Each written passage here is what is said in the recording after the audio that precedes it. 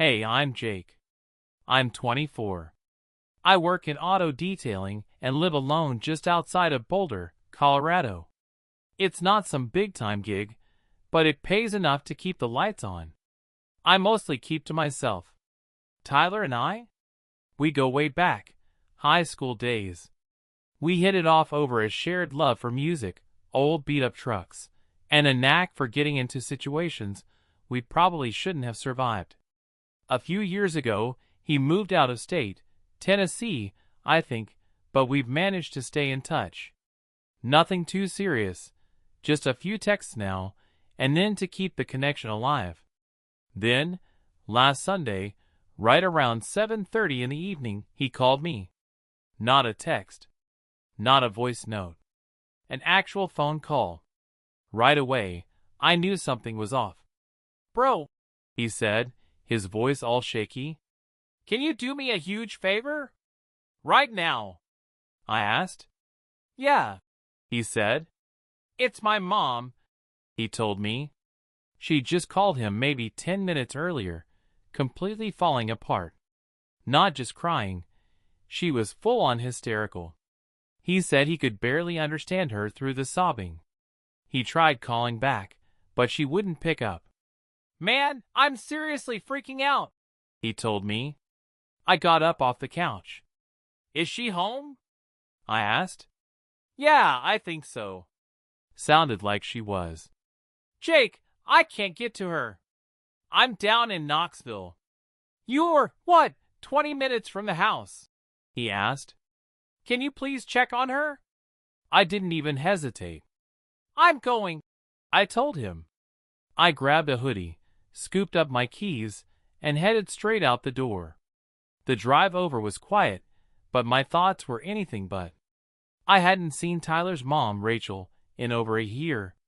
She'd always been sweet, soft-spoken, the kind of woman who never raised her voice, always asked how you were doing. Not the type to completely fall apart like this. Whatever happened, it had to be serious. When I pulled into the driveway, the porch light was on. The windows looked still. Nothing moving inside.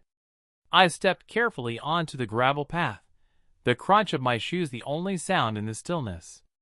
And that's when I saw her. She was sitting out on the porch swing. Barefoot. Pajama pants, oversized t-shirt. Her knees tucked up to her chest, arms wrapped tight around them.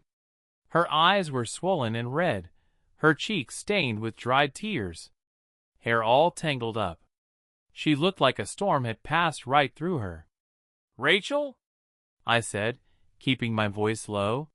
She glanced up, startled at first, but then she seemed to recognize me. "Jake," she said, her voice cracked and raw. "Tyler called me," I told her. "He's worried. You okay?" I asked. She didn't answer, just looked away, wiped at her face with the back of her hand, and slowly got up. She swayed a little, like she hadn't eaten or slept in days. "Mind if I come in?" I asked gently. She gave a faint nod and opened the door. Inside, the place was silent. No TV. No music. Not even the hum of the fridge. Just that thick, heavy quiet that comes after heartbreak has settled in. I followed her into the living room. She sank down onto the couch and hugged a throw pillow like she was trying to shield herself from something. I waited. Let her speak first.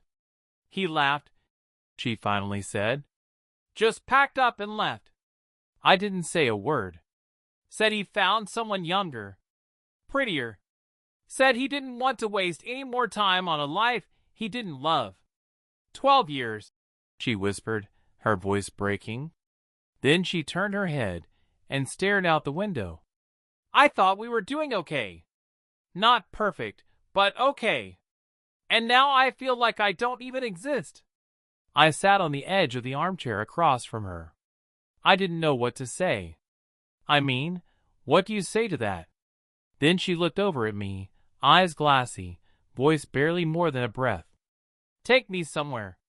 I blinked. "What?" "Anywhere," she said. I can't stay in this house tonight. She wasn't trying to run away from her life, just this night. The silence. The betrayal. The way her home suddenly felt too big, too cold, too full of memories. Without thinking, I stood up. "All right," I said. "Let's go." She nodded slowly, wiped her face again, grabbed a sweater from the hook by the door, and followed me outside. We had no plan, no destination in mind. We just needed to be somewhere else for a while. We didn't talk much in the car. She curled up in the passenger seat, arms wrapped tight around her body, staring out the window. I kept glancing over to make sure she was okay, but she never looked back at me. Whatever she was seeing out there didn't seem to matter.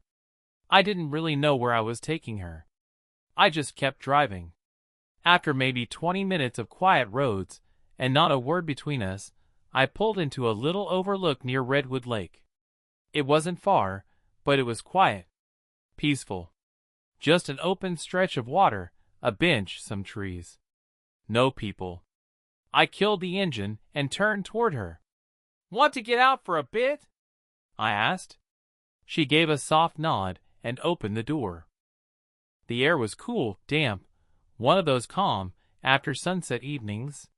She walked slowly up to the railing and leaned on it. I followed, but kept a little distance. She took a long, deep breath. Let it go like she'd been holding it in for hours. "We came here once," she said, her voice barely above the breeze. "Years ago. After a fight. He brought me here. Told me he wanted to start fresh. Promised me the world. Said all the right things. I believed him. I didn't say anything. I wasn't sure if she needed answers or just someone who wouldn't walk away. I gave him everything," she said, still staring out at the water. "My time. My heart. Forgiveness. I let stuff slide that I shouldn't have. I kept telling myself I was lucky just to have him." Then her voice cracked. "And now? Now I feel like a damn fool." She wiped at her face again, but this time, it wasn't sadness. It felt more like anger. There was something shifting in her voice. Less hurt, more fire. "You know what hurts the most?" she asked. "He didn't even cry. Didn't flinch. Didn't look back.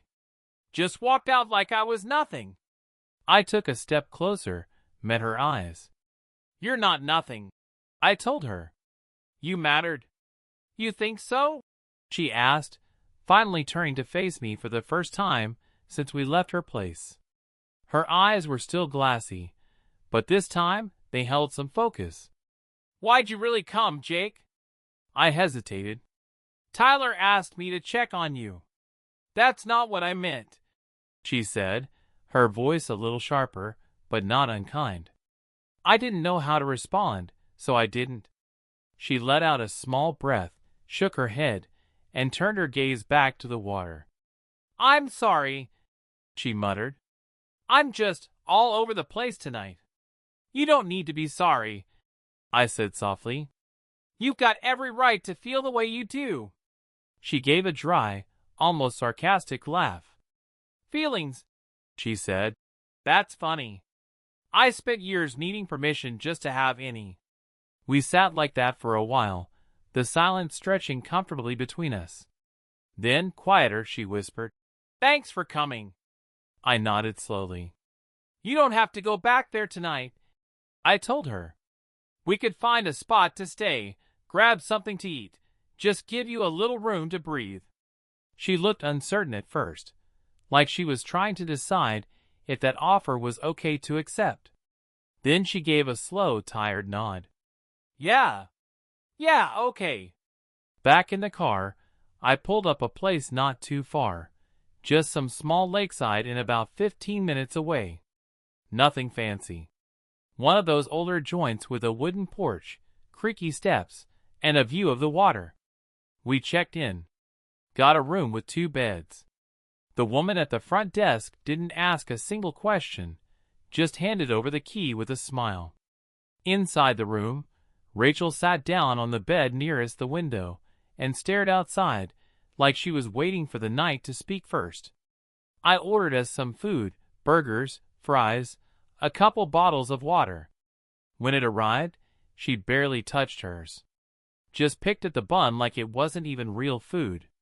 "You feel like talking more?" I asked. "Or would you rather just rest?" She leaned back against the headboard, voice barely above a whisper. "Maybe tomorrow. Tonight. I just need the noise in my head to quiet down. Then sleep," I said. "I'm staying right here." She nodded, pulled a blanket over her legs, and curled in.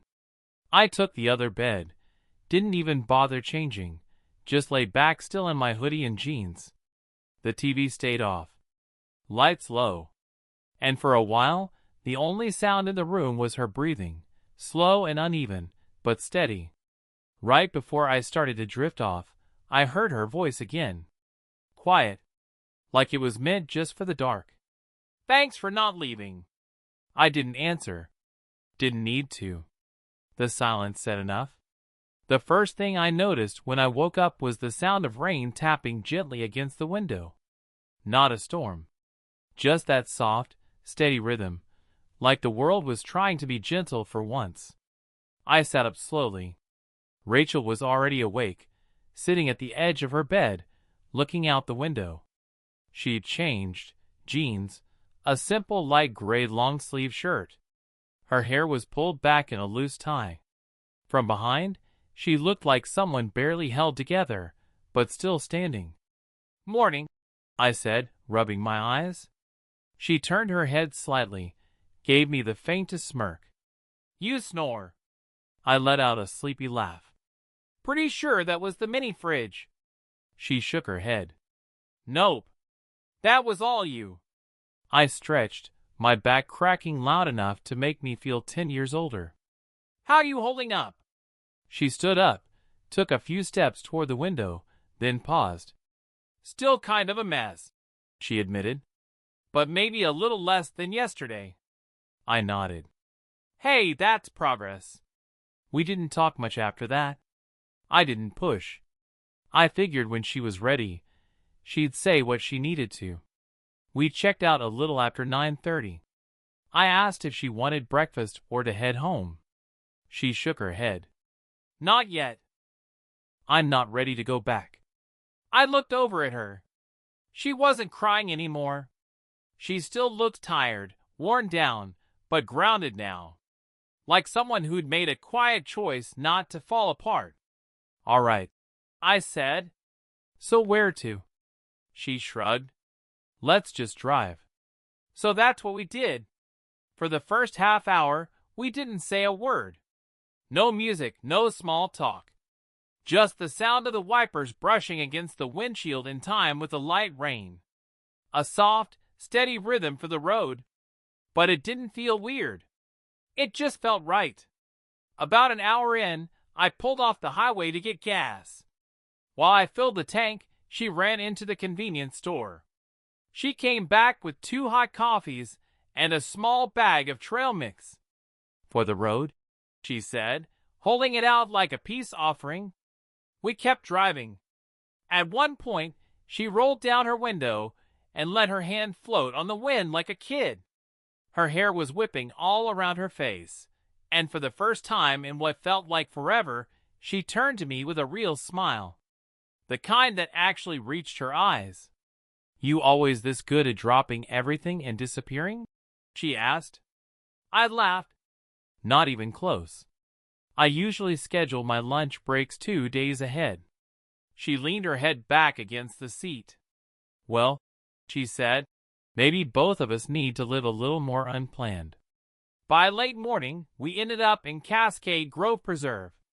I didn't plan it, it just kind of happened. Saw a sign on the road, took the exit. We found a narrow trailhead, parked the car, and started walking. The rain had mostly stopped by then, but the woods still smelled like wet leaves and earth. That fresh, post-storm smell that makes you feel like the world's been washed clean. We hiked quietly, just kept pace beside each other.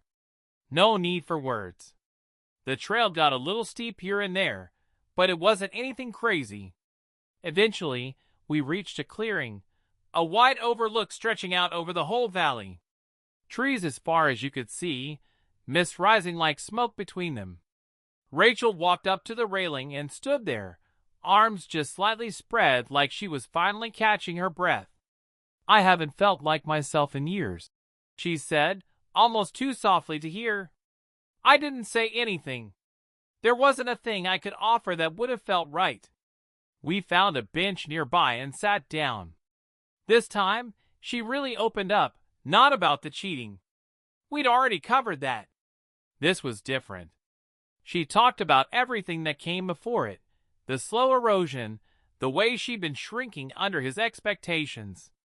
"I kept dialing myself down," she said. "Less needy, less emotional, quieter, just less. So he wouldn't leave. And he did anyway." She turned to look at me. "I felt invisible for so long, Jake. I didn't even realize I'd disappeared." That hit hard. I didn't try to fix it. I didn't toss out cliches or tell her it would all be okay. I just stayed quiet. Listened. We sat there for maybe another hour before heading back to the car.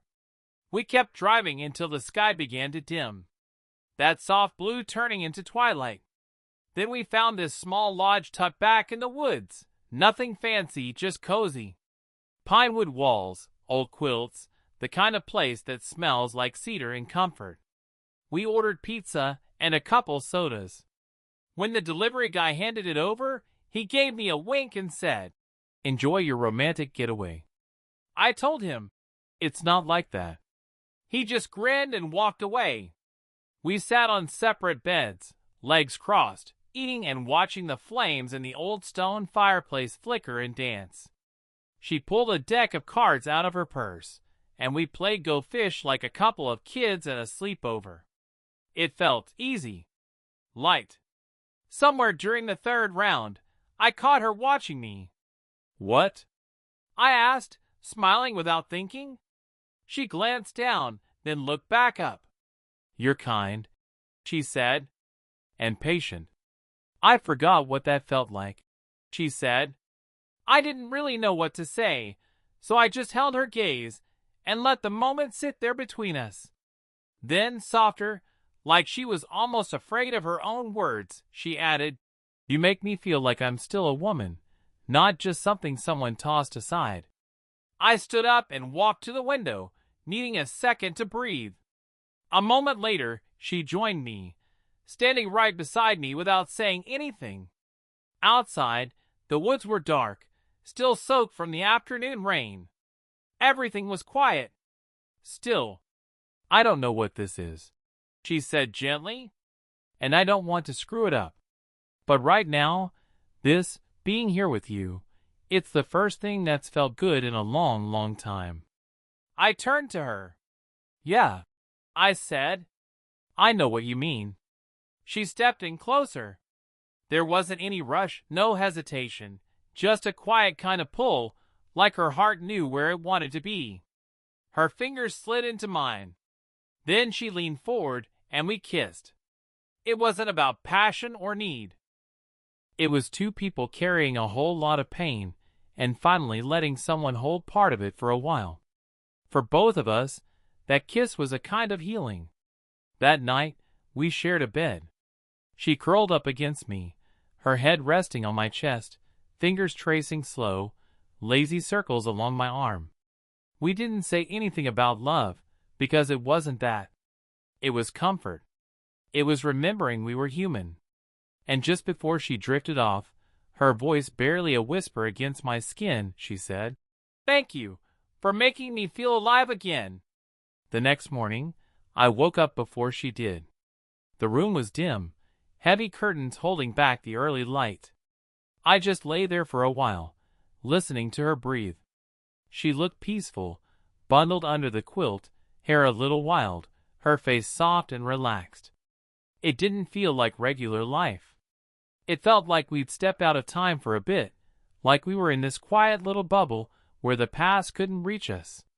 I got up quietly, threw on a hoodie, and stepped out onto the wooden deck. The air was cool and crisp, clean like it had been rinsed overnight. Somewhere out in the trees, birds were starting their morning song.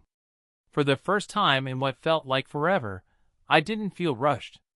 I didn't feel like I had anywhere to be. I just stood there, breathing in the stillness. About 20 minutes later, the door creaked behind me.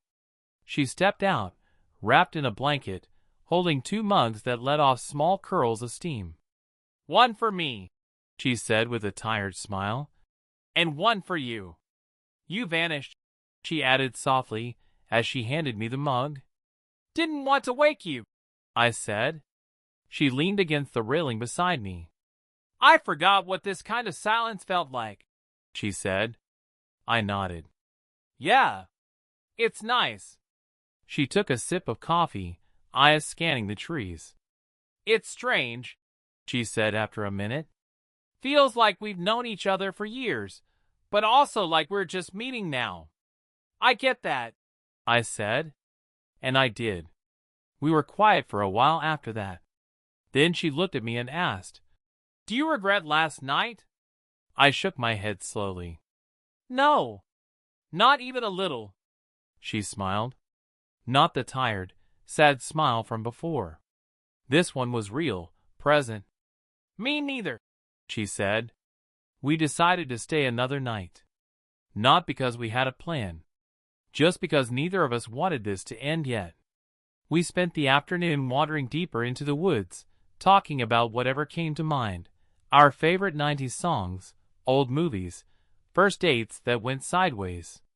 The kind of stuff that doesn't matter much, except that it does when you're building something from scratch.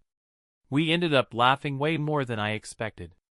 At one point, we stumbled across a little waterfall tucked between the trees.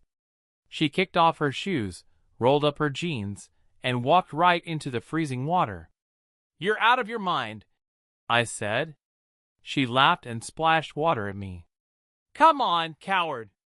I gave in, stepped in, and instantly flinched. "Yup. Freezing."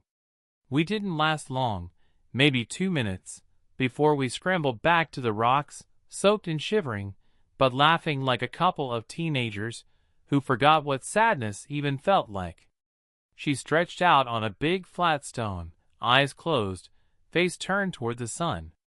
"I feel 25 again," she said with a sigh. "Or maybe just not 45.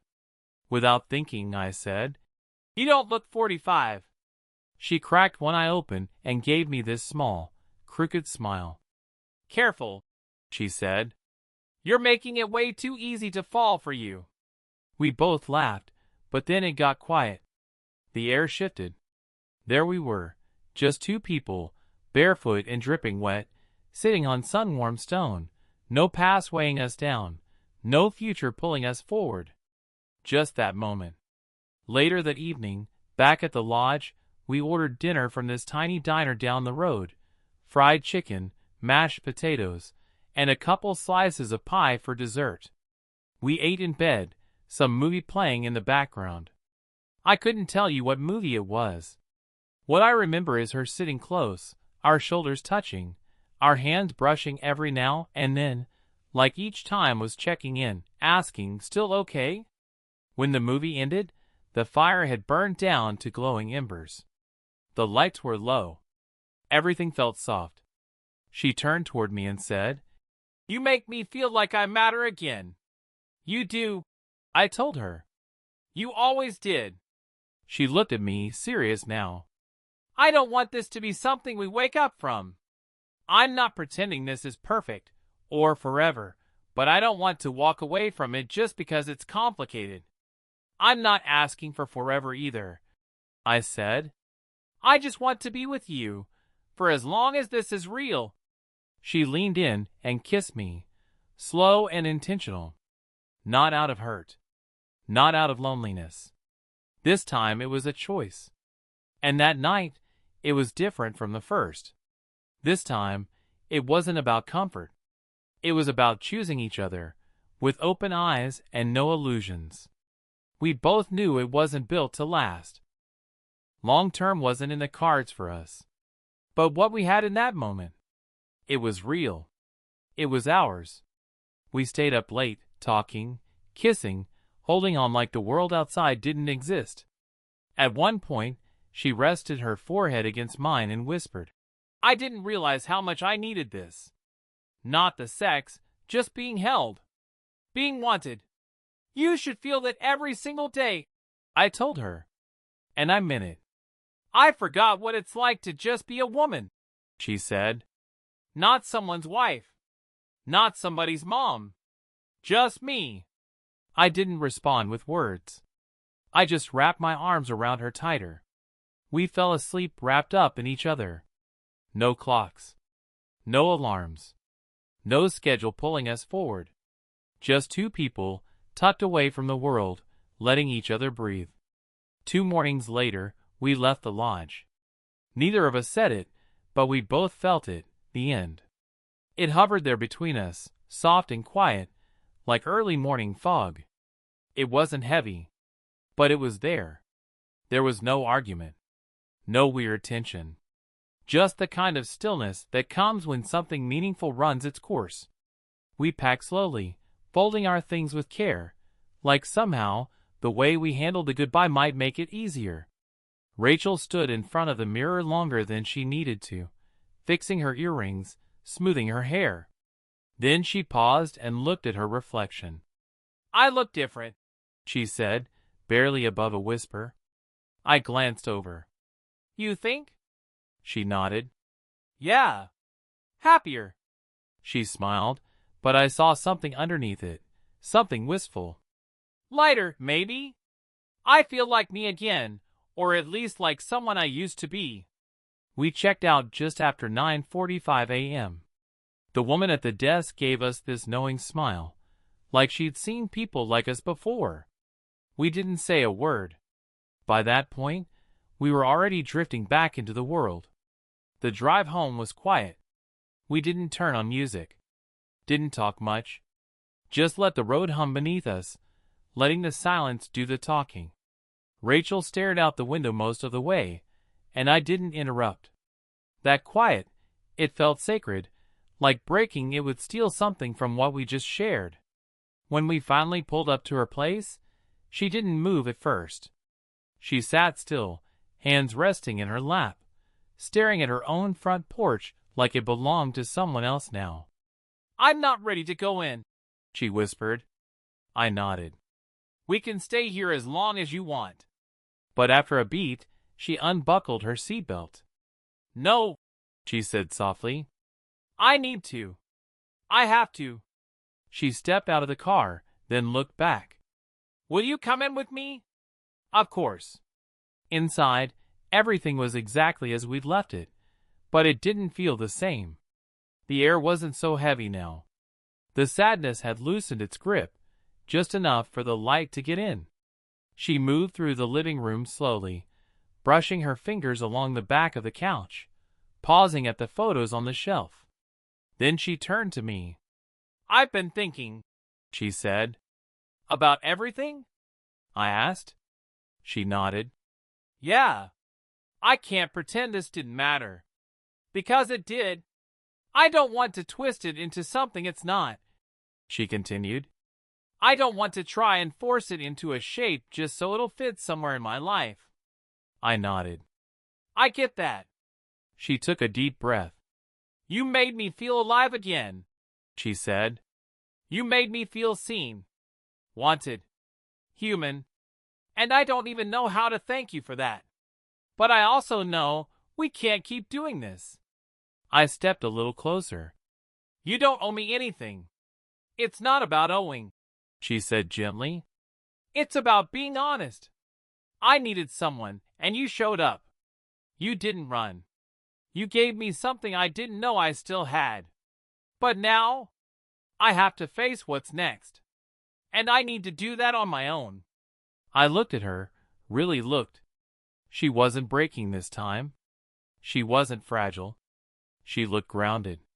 Certain. Her eyes were clear, her shoulders steady. "I understand," I said. She reached for my hand and held it between both of hers. "This will stay with me," she said. "All of it. Every moment." "Same here," I told her. She pulled me into a hug, tight, warm, full of goodbye. Then she leaned back, kissed my cheek, and said, "I'm going to be okay now." And for the first time, I truly believed her. I walked to the door, gave her one last look. She stood in the middle of the room, arms crossed, a soft smile on her face. I stepped outside, got in my car, and drove. The streets were the same, but something in me had shifted. Not in a way that hurt. Just different. Like I'd been part of something rare and honest, and now it was time to let it rest. The following morning, I got a text from Tyler. Just one line. "Thanks for going over. She said you really helped." I didn't text back. I had no idea how to fit everything that happened into a few words. Maybe one day I'd tell him the whole story. Or maybe I wouldn't. A week later, I found an envelope in my mailbox. No return address. Inside, there was a single folded note. "You reminded me I'm still a woman. That there's still time. That love, even when it doesn't last, is still worth feeling. Thank you always. D." I folded the note and tucked it into the back of my drawer. We haven't spoken since. And that's okay. What we shared wasn't meant to last forever. But it mattered. Goodbye.